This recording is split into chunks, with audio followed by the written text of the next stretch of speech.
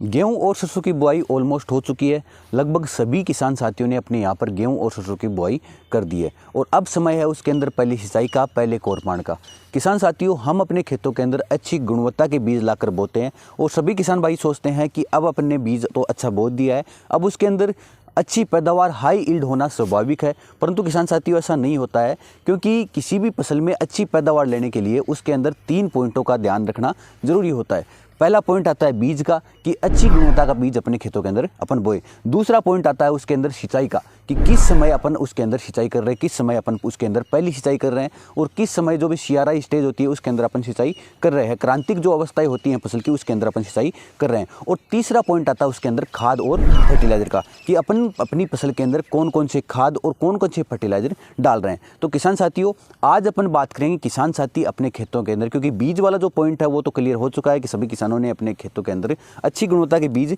है वो बो दिए हैं, चाहे वो सरसों की फसल हो चाहे वो गेहूं की फसल हो। अब पॉइंट रहते हैं 2, जिसमें आता है पहला सिंचाई का और दूसरा आता है खाद और फर्टिलाइजर का। तो आज की वीडियो में अपन बात करेंगे अपनी फसल के अंदर अगर किसान साथी पहली सिंचाई कर रहे हैं तो वो कब करनी है और इसी के साथ उस सिंचाई के साथ कौन कौन से खाद व फर्टिलाइजरों का इस्तेमाल करना है। तो साथियों शुरू करते हैं। साथियों, अपने खेतों के अंदर अपन अच्छी पैदावार लेने के लिए अपन अधिकतम सिंचाई का इस्तेमाल करते हैं ताकि अपने खेत में अच्छी पैदावार हो सके, जो कि काफ़ी ज़्यादा गलत है। क्योंकि किसान साथियों, ज़्यादा पानी देने से फसल अच्छी नहीं होती है। फसल में जिस समय पानी की आवश्यकता होती है उसी समय अगर पानी देते हैं, उसी समय अपन सिंचाई करते हैं तो अपनी पैदावार ज़्यादा देखने को मिलती है। किसान साथियों, जो पहली सिंचाई होती है वो एक प्रकार से अपन क्रांतिक सिंचाई इसको मान सकते हैं, क्योंकि वो फसल में जड़ों की अच्छी ग्रोथ के लिए जिम्मेदार होती है। उसमें अगर अच्छी सिंचाई अपन टाइम पे करते हैं, एक समय के अंतराल पर करते हैं, तो उसमें जो जड़ की ग्रोथ है, जड़ों की वृद्धि है, वो अच्छी हो पाती है। उसके अंदर कल्लों का फुटाव है, जो कल्ले बनते हैं उनकी संख्या में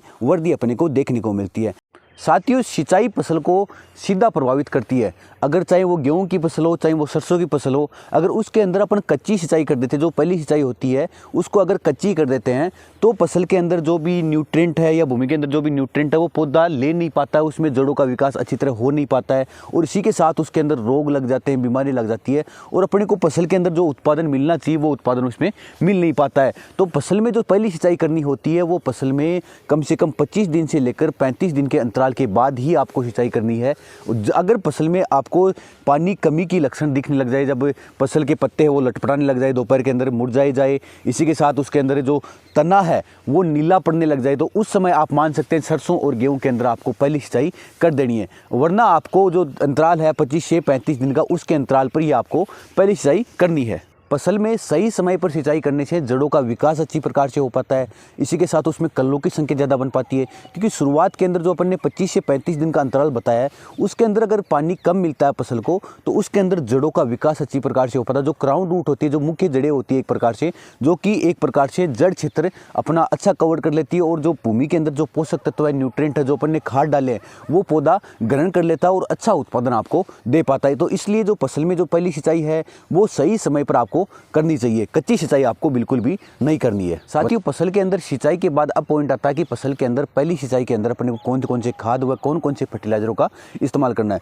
साथियों, पहले वीडियो में मैंने बताया था कि जब आप इन फसलों, चाहे वो गेहूं की फसल हो चाहे वो सरसों की फसल हो, इनकी बुआई कर रहे हैं तो उस समय आपको DAP डालना है, MOP डालना है, न्यूट्रिएंट जो माइक्रो न्यूट्रिएंट है उनके लिए सागरिका दानेदार का इस्तेमाल करना है। और अगर सरसों की फसल है तो उसके अंदर आपको तेल की मात्रा बढ़ाने के साथ साथ उसके अंदर रोगों व कीटों से बचाव के लिए आपको सल्फर बेंटोनाइट का इस्तेमाल करना है। परंतु अगर इन खादों का आपने इस्तेमाल नहीं किया या कम किया है तो आपको पहली सिंचाई के अंदर आपको, चाहे वो गेहूं की फसल हो चाहे वो सरसों की फसल हो, तो उसमें आपको जिंक सल्फेट 33% का इस्तेमाल करना है। साथियों, जो जिंक सल्फेट होता है उसके अंदर एक मुख्य पॉइंट है कि उसके अंदर जिंक की मात्रा 33% होती है, इसी के साथ उसके अंदर सल्फर की मात्रा 15% होती है। तो जो जिंक होता है वो फसल के अंदर क्लोरोफिल का निर्माण करता है, उसके अंदर हरापन लाता है, उसके अंदर कल्लों की संख्या को बढ़ाता है, इसी के साथ उसमें रोग प्रतिरोधक क्षमता है उसको भी जिंक बढ़ाता है। और जो भूमि के अंदर अपन देखते हैं पहली सिंचाई के अंदर जो नमी हो जाती है उससे अपने को पीलापन देखने को मिलता है, या DAP अपन ज़्यादा इस्तेमाल कर लेते हैं तो उससे भी अपने को पीलापन देखने को मिलता है।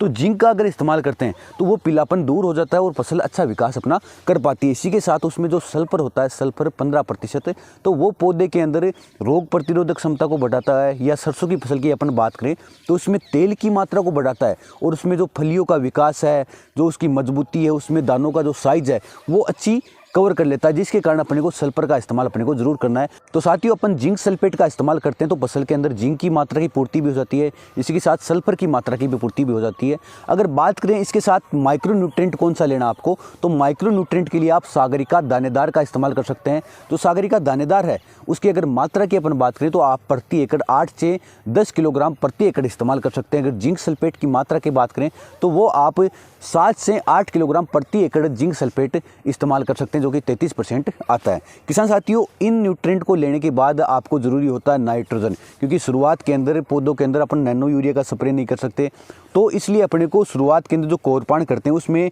यूरिया देनी ज़रूरी होती है जो नाइट्रोजन की पूर्ति कर सके। और ये जो गेहूँ जो या सरसों होती है इनको नाइट्रोजन की ज़्यादा आवश्यकता होती है, तो आप शुरुआत के अंदर लगभग 30 किलोग्राम प्रति एकड़ यूरिया का इस्तेमाल अपने खेतों के अंदर कर सकते हैं। और इन तीनों फर्टिलाइजर यूरिया,